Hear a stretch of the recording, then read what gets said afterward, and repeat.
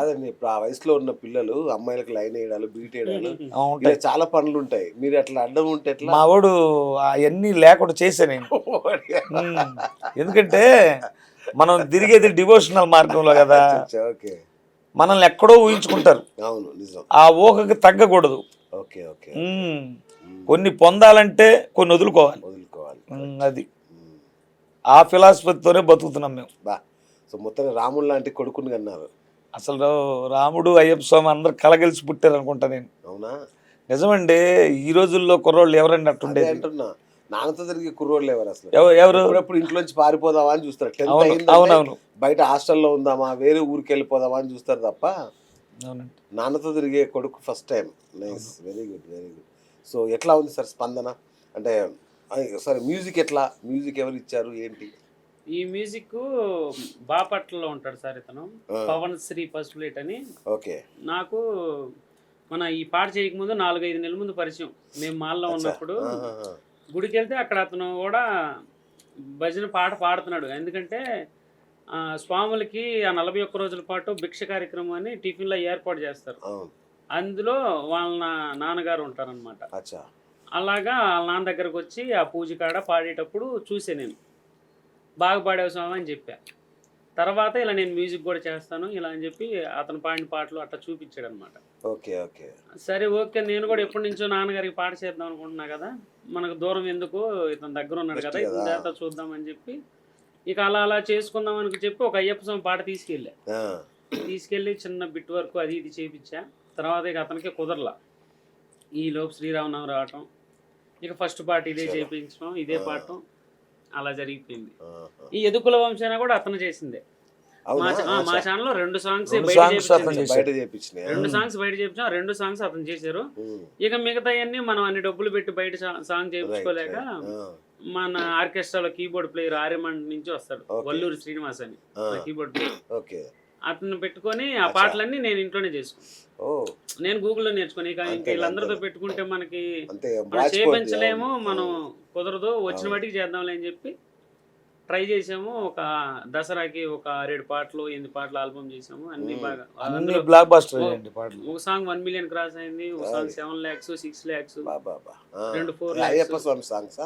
భవాని అమ్మవారి. ఇది అమ్మవారి మాలనా ఇప్పుడు వేసుకుంది?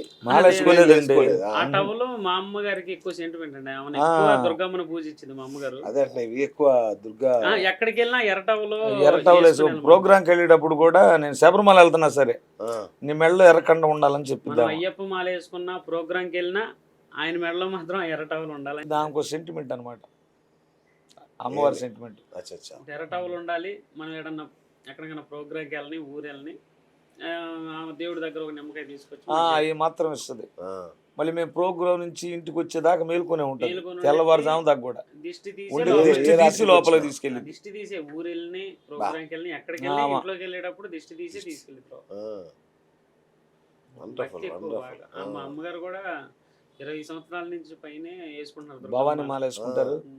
మేము లేకపోక ముందే ఆమె లేచి దేవుడి పాటలు ఎవరు పాడినైనా మోగుతానే ఉంటాయి. వాళ్ళ పాట అంతకుముందు అంటే మన పాటలు లేవు.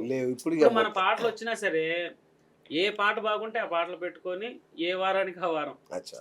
ఇప్పుడు సోమవారం వస్తే శివుడు అని, శుక్రవారం వస్తే దుర్గమ్మ అని, గురువారం వస్తే బాబా అని ఇలా పాటలు పెట్టుకొని వింటానే ఉండి. ఎంతమంది మీరు పిల్లలు? నాకు 3 అమ్మాయిలు. ఏంటి నేను అడిగింది ఆయనకు 3 ఎంతమంది పిల్లని అడిగా. ఆయనగా నాకు అనుకున్నాను. అదే కాదు నీకు 3 అంటే నిన్ను అడగలే, ఎందుకంటే రీసెంట్ ఇప్పుడే పెళ్ళి అయి ఉంటుంది. కాదు 2016లో అయింది. పిల్లలు చదువుతున్నారు కాదు. స్కూల్కి వెళ్తున్నారు. Very good, super. ఎంత ఉంటుంది నీ ఏజ్? నా ఏజ్ ఇప్పుడు 30. అబ్బా సంతూర్ బాయ్ అనమాట, కనిపించట్లా. నేను 22-23 ఉంటాయి అనుకుంటున్నాను. Right super super super. So ఇక ఇంత సక్సెస్ వచ్చింది అంటే ఇండస్ట్రీ వదిలిపెట్టదు, సినిమా ఇండస్ట్రీ. ఎక్కడున్నా మిమ్మల్ని ఈ పాటికి లాక్కుపోయి ఉండాలి.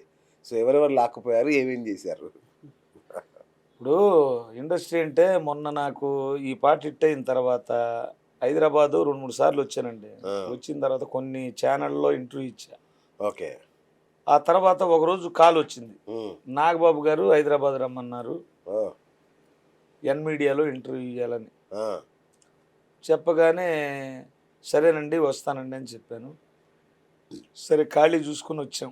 వచ్చిన తర్వాత ఇక్కడ స్టూడియో సెటప్ చేస్తున్నారు వాళ్ళు. ఆ, ఆ చేసే క్రమంలో చరణార్జున్ గారి గురించి కొంచెం సంభాషణ వచ్చింది, ఆ, పాటల గురించి. వచ్చిన తర్వాత ఆయనకేమమ్మా #1 మ్యూజిక్ డైరెక్టరు, పాటల్లో భావాలు ఉంటాయి, ఎంతోమంది కొత్త కళాకారులను తీసుకొచ్చి పరిచయం చేశాడు, బాగుంటాయని నేను అన్న యాంకర్ గారితో. ఆ, చరణార్జున్ గారితో ఫోన్ కలుపుతాను మాట్లాడతారా అంది ఆ, ఇంటర్వ్యూ మధ్యలో. ఆ, అంతకన్నా భాగ్యం ఏముందమ్మా అన్న. అంతేగా. మనకి పల్లెటూరు నుంచి వచ్చాం, వాళ్ళ సెలబ్రిటీలు. సరేమని ఫోన్ చేసింది ఆవిడ, ఇట్లా రఘుకుల తిలక రారా పాడిన కొండల స్వామి గారు మా స్టూడియోలో ఉన్నారని. ఏది కొండల స్వామి గారు ఉన్నారా, నేను ఎతుకుతున్నాను అన్నాడు సూపర్. చరణార్జున్ గారు. అదే మాట అన్నారు. ఇదే మాట అన్నాడు, వా. నాకు నెంబర్ దొరకలేదు, నేను ఎతుకుతున్నాను, మేము రీసెంట్గా సినిమాలో ఆయన పాట పెట్టాలా, ఆహా. ఇంటర్వ్యూ అవ్వగానే నా నంబర్ ఇచ్చి నా దగ్గర పంపించండి, లొకేషన్ పెట్టాడు అంటే. ఆడియా. ఆ, ఇంటర్వ్యూ అయిపోయింది. ఇక చరణార్జున్ గారి దగ్గరికి వెళ్ళాం మణికొండలో. వెళ్ళిన తర్వాత ఆయన అక్కడ శకలక శంకర్ వీళ్ళందరూ ఉన్నారు. మనం ఏమనుకుంటామండి, మనం సెలబ్రిటీలను చూస్తే ఒక ఫోటో అంతే కదా. దిగాలనుకుంటాం కదా. అవును. మ్యూజిక్ డైరెక్టర్ గారు వచ్చి నా రఘుకుల తిలక రారా పాడిన కొండల సామాన్య కాడికి ఆయన వచ్చి వాటేసుకున్నాడు. మ్యూజిక్ డైరెక్టర్ గారు ఎంత ఆదరంగా, ఎంత ఆప్యాయతగా తీసుకెళ్లారు నన్ను.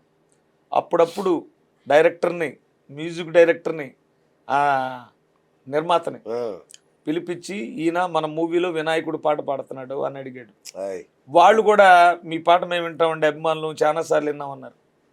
అట్లా ఒక పాట పాడే అవకాశం ఇచ్చారు. Super super. ఇచ్చిన తర్వాత రీసెంట్గా ఏమైందంటే ఒక పెద్ద హీరోకి పాట చేయాలి ఆయన. ఆ పాట నువ్వే పాడాలి అని చెప్పి వారు నాకు చెప్పడం జరిగింది. అయితే హీరో అనేది తర్వాత సంగతి. ఓకే. ఒక పెద్ద హీరో కూడా తొందరలోనే చరణార్జున్ గారి మ్యూజిక్లో బా. పాడబోతా ఉన్నాం. అది అయిపోయింది. అయిన తర్వాత నాగబాబు గారు, మేము ఇంటికి వెళ్ళిపోదాం అనుకున్నాం ఆ రోజు సాయంత్రం. ఆ, ఇంతలోకి మళ్ళీ వాళ్ళే కాల్ చేసి నాగబాబు గారు విజయవాడ నుంచి వస్తున్నారు, మిమ్మల్ని రేపు ఉదయం 11 గంటలకు మీట్ అవుతారంట, ఉండమన్నారని చెప్పారు. మేము వెళ్దామన్న కూడా క్యాన్సిల్ చేసుకున్నామండి. ఆ. ఎందుకంటే అటువంటి పెద్దవారు కలుస్తానన్న తర్వాత మనం నాగబాబు కలుస్తా అంటే ఎక్కడికి వెళ్ళకూడదని చెప్పి ఆ, ఆగిపోయాం. ఉదయం 11 గంటలకు లైవ్ స్టూడియోలో వారు వచ్చారు.